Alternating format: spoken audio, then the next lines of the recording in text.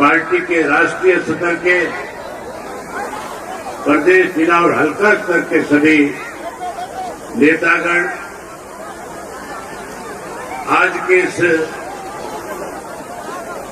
प्रदेश में कैसे परिवर्तन आए, कैसे प्रदेश से आज की इस मौजूदा सरकार से छुटकारा मिले, इसके लिए इस परिवर्तन यात्रा की शुरुआत के लिए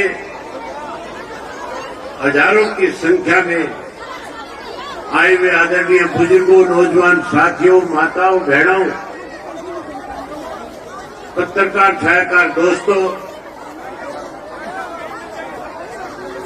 साथियों, आज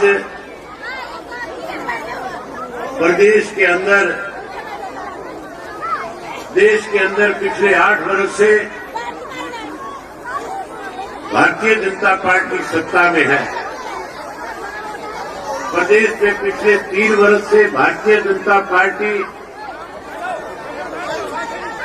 और उनकी एक सहयोगी पार्टी लगातार सत्ता में बैठ करके हरियाणा प्रदेश के लोगों के सामने रोज नई नई दिक्कत और कठिनाई करने जा रही है। लगभग 8 वर्ष हो गए प्रदेश पे, देश पे पूरा संकट छाया हुआ है, जिसके कारण लगातार संविधान और प्रजातंत्र के ऊपर कुठाराघात किया जा रहा है। साथियों, किस तरह से लगातार 1 वर्ष तक किसान आंदोलन के दौरान आप लोगों ने एक लंबी लड़ाई लड़ने का काम किया था। हरियाणा के, पंजाब के, उत्तर प्रदेश के, राजस्थान के, मध्य प्रदेश के किसानों ने दिल्ली के चारों तरफ लगते हुए बॉर्डर पे आकर के बैठ करके जो 3 काले कानून बने थे, उन 3 काले कानूनों को वापस कराने के लिए आप लोगों ने अपना घर बार, परिवार, खेत सब छोड़ करके देश के प्रधानमंत्री को इस बात के लिए मजबूर किया था कि जो काले कानून आपने बनाए हैं वो वापिस हो और देश के अंदर एमएसपी लागू हो। देश के प्रधानमंत्री ने वायदा किया था, जहां काले कानून वापिस लेकर के आप लोगों से माफी मांगी थी और कहा था कि मेरे से गलत फैसला लिया गया, वहीं ये भी कहा था कि देश में एमएसपी लागू हो, इसके लिए कमेटी बनाएंगे। लेकिन आज 1 वर्ष से ज्यादा समय बीत गया,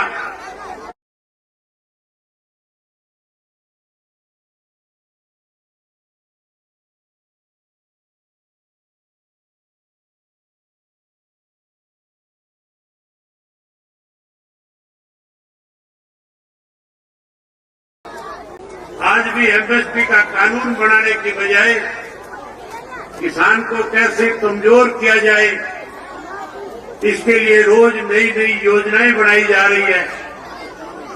आज हमारे प्रदेश की हालत इस किस्म की है कि प्रदेश का किसान मजदूर अपने आप को लूटा हुआ महसूस कर रहा है। आज जहां युवाओं को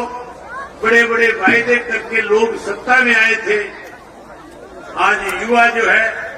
सबसे ज्यादा अपने आप को ठगा हुआ महसूस कर रहा है। मैंने इस परिवर्तन यात्रा के लिए सिंगारगांव और देवास जिला क्यों चुना था?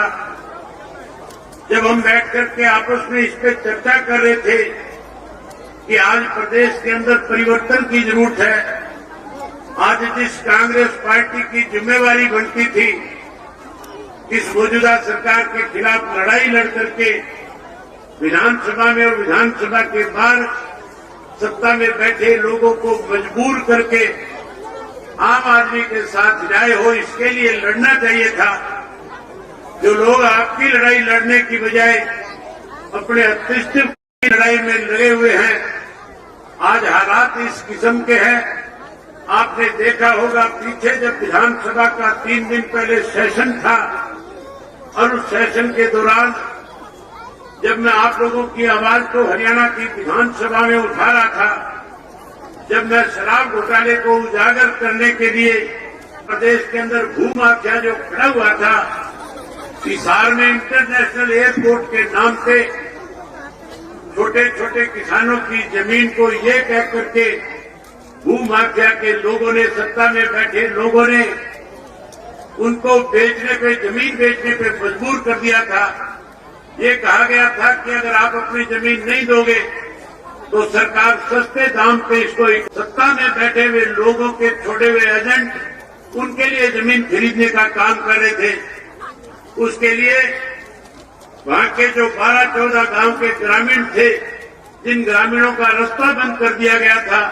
जिनकी बेशुमार कीमती जमीन जो 10-10 करोड़ रुपए एकड़ की थी,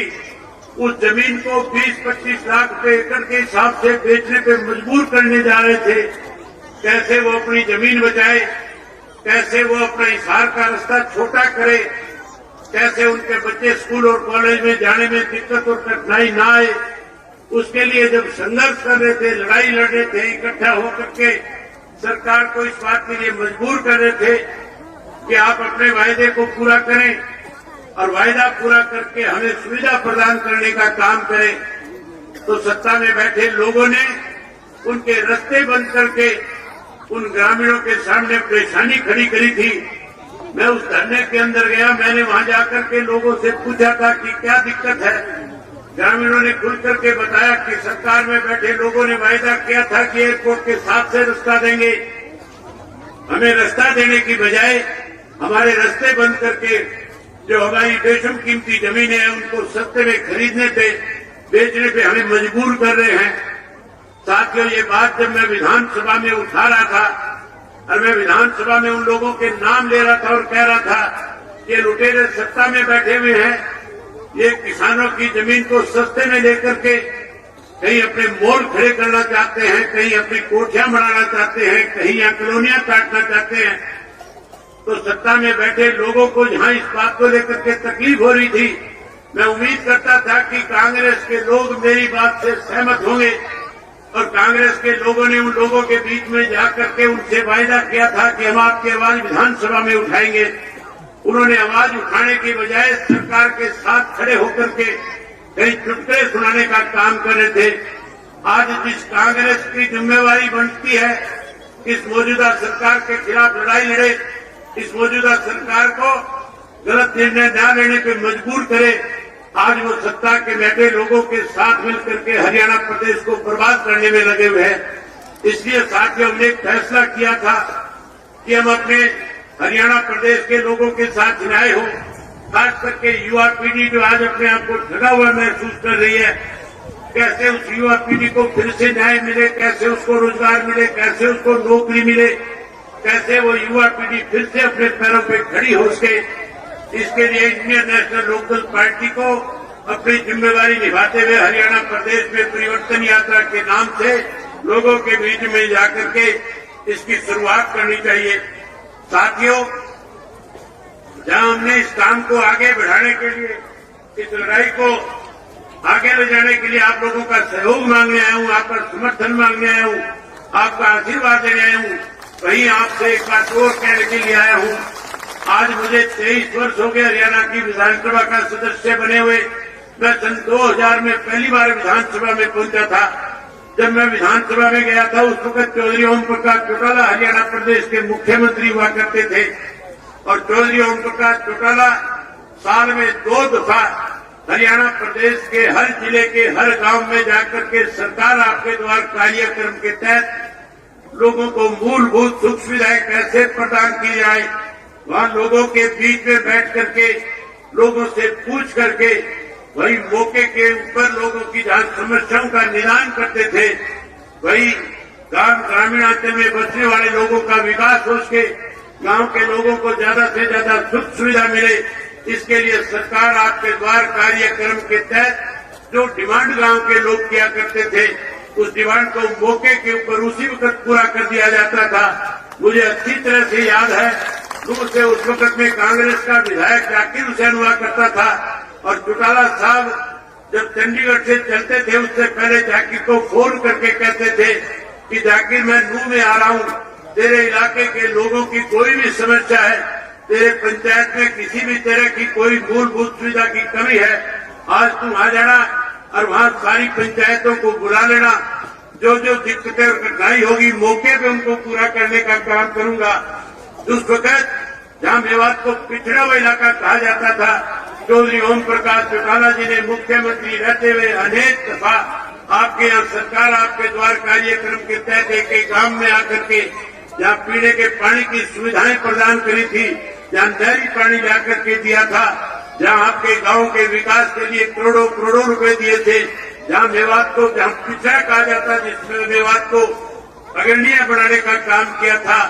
आज फिर मैं लगातार कांग्रेस और बीजेपी के शासनकाल के अंदर जो मेवात से चुने हुए व्यक्ति जो जाते हैं वो हमेशा एक ही बात कहते हैं कि हमारे मेवात के साथ भेदभाव किया जा रहा है, मेवात को पिछड़ा और ज्यादा पिछड़ा बढ़ाया जा रहा है। मैं आप लोगों से एक वायदा करने के लिए आया हूँ साथियों, अगर आप इस परिवर्तन में अपनी बड़ी भूमिका निभाने का काम करोगे, अगर आप परिवर्तन में आने में पहल करने का काम करोगे, जैसे पहले आपके इस मेवात से 3 विधानसभा क्षेत्रों से इंडियन नेशनल लोकदल पार्टी के विधायकों को आप चुनकर के भेजा करते थे, अगली बार विधानसभा के चुनाव में फिर से 3 विधायक अगर चुनकर के देने का काम करोगे तो मेवात को जहाँ लोग पिछड़ा मानते हैं, मैं आपसे वायदा करके जाता हूँ, इंडियन नेशनल लोकदल पार्टी के सत्ता में आने के बाद जहाँ आपका पिछड़ापन दूर करेंगे, वहीं मेवात को गुड़गांव की तर्ज के ऊपर मेवात को भी एक अग्रणीय डिस्ट्रिक्ट बनाने का काम करेंगे, जहाँ लोग दूर दूर से चल करके आकर के देख करके जाएंगे। ये वही मेवात है जिसे पिछड़ा कहा जाता था, जहाँ मेवात के अंदर